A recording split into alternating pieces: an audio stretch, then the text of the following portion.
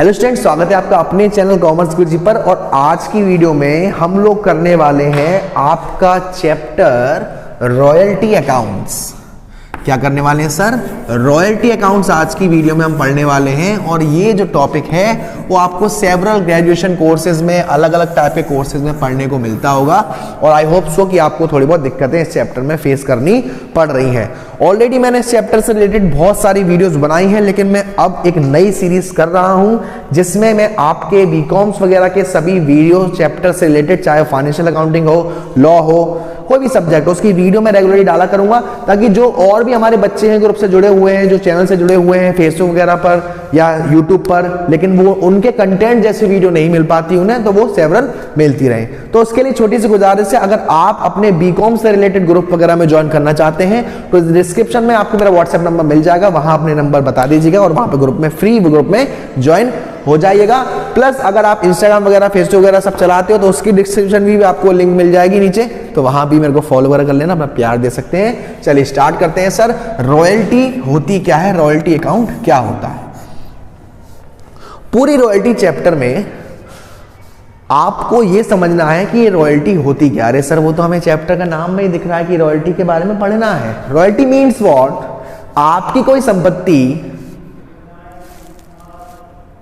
मतलब आपकी कोई एसेट्स है ना, आपकी कोई एसेट्स जो आपकी है, जिस पर आपका हक है, वो आपने यूज करने का अधिकार दूसरे को दे दिया। आपकी कोई एसेट्स जिसको आपने यूज करने का अधिकार किसी और को दे दिया, और भाई आपने ऐसे थोड़ी ना दिया है, आप उसके बदले कुछ पैसा लोगे। उस पैसे की फॉर्म को, जिस तरीके से आप उससे पैसा ले रहे हो, उसी को हम एक तरीके से रॉयल्टी कह रहे हैं, जिसके अलग अलग टाइप हैं, जिसमें हम शुरुआत करेंगे माइनिंग रॉयल्टी से। माइनिंग रॉयल्टी का मतलब हो रहा है कि आपने अपना घर प्रोडक्शन के लिए दे रखा है, और अब वहां पर जब प्रोडक्शन होगा तो उस पर प्रोडक्शन पर आपको कुछ रॉयल्टी मिलेगी। लेकिन यहां पर दिक्कत कुछ ये भी आती है कि सर, जब हमें प्रोडक्शन नहीं हुआ तब क्या होगा? तो आपको देखो, मैं पूरा फॉर्मेट से समझाऊंगा ताकि आपको कोई भी दिक्कत फेस करने को ना मिले। विद फॉर्मेट करेंगे, और माइनिंग रॉयल्टी का जो कंसेप्ट है वो यहां पर मैं क्लियर आपके कर दूंगा। देखिए, मैं इस तरीके से फॉर्मेट देता हूं, थोड़ा छोटा फॉर्मेट लेंगे ताकि आपको सारे पॉइंट्स एकदम क्लियर रहे, ठीक है ना। चलिए, यहां पे मैं ले लेता हूं ईयर। आपको जो भी क्वेश्चन करने को आएंगे माइनिंग रॉयल्टी वाले, उसमें यहां पे हम लोग को लेना है ईयर। यहां पे आपको क्वेश्चन में आउटपुट दे रखा होगा। इस आउटपुट का क्या काम है सर? ये आउटपुट सिर्फ रॉयल्टी निकालने के पर्पस से इस्तेमाल किया जाता है, क्योंकि ये माइनिंग रॉयल्टी है और इसमें रॉयल्टी हमारी आउटपुट से निकलेगी। रॉयल्टी के बाद आता है हमारा मिनिमम रेंट। मिनिमम रेंट का मतलब क्या है सर?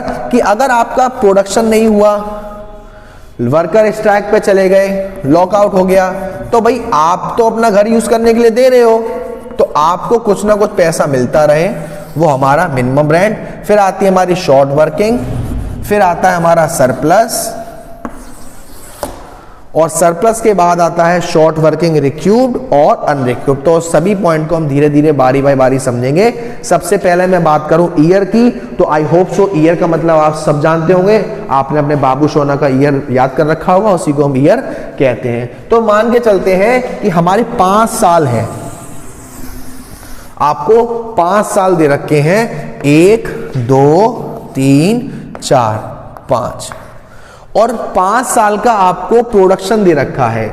20,000 हुआ पहली साल में, 40,000 हुआ दूसरी साल में, 60,000 हुआ तीसरी साल में, 80,000 हुआ चौथी साल में, और 1 लाख हुआ 5वीं साल में।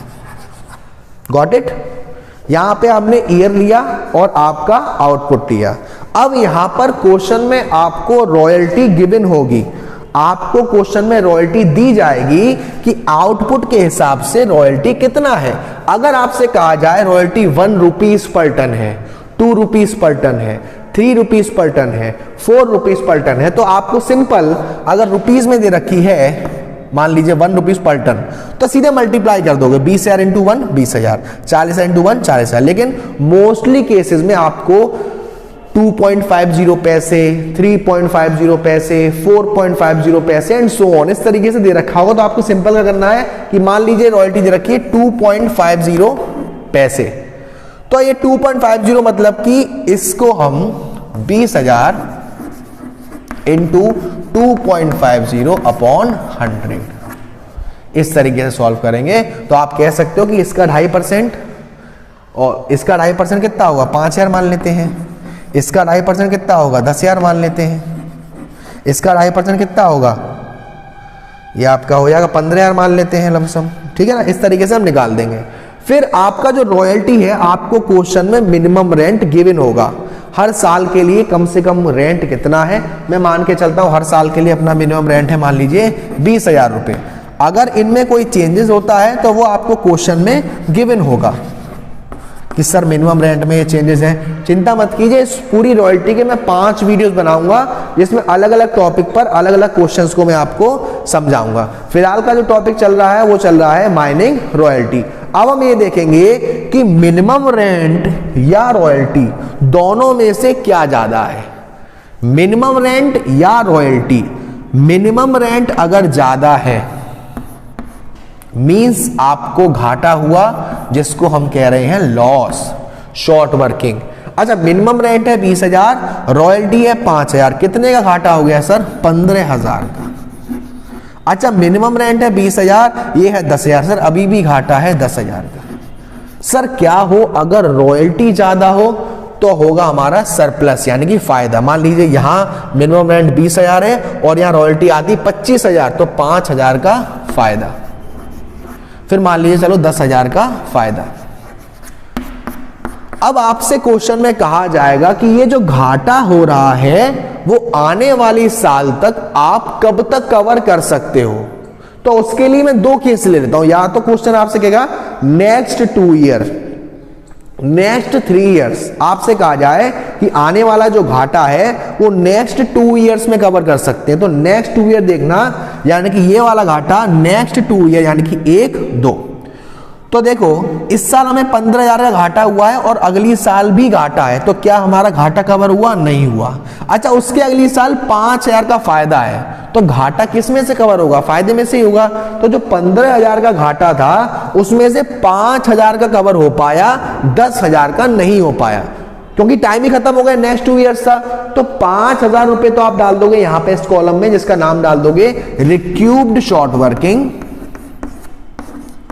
और 10,000 डाल दोगे उसके नेक्स्ट कॉलम में अनरिक्यूब्ड शॉर्ट वर्किंग। ऐसे ही ये 10,000 कब तक कवर हो सकता है, यहां 1 और यहां 2, तो यहां 10,000 है और यहां भी 10,000 है, यानी पूरा का पूरा 10,000 क्या हो जाएगा सर, रिक्यूब्ड हो जाएगा। अच्छा, कंडीशन ऐसी होती कि फर्स्ट 3 इयर्स तक आप घाटे को कवर कर सकते हो। तो फर्स्ट 3 इयर्स में क्या होगा, 3 साल, 1, 2, 3, तो इन दोनों लॉस को जोड़कर 25,000, 5,000 कवर हुआ, तो 5,000 डालते शॉर्ट वर्किंग रिक्यूब में और बचा हुआ डालते हम अनरिक्यूब्ड में।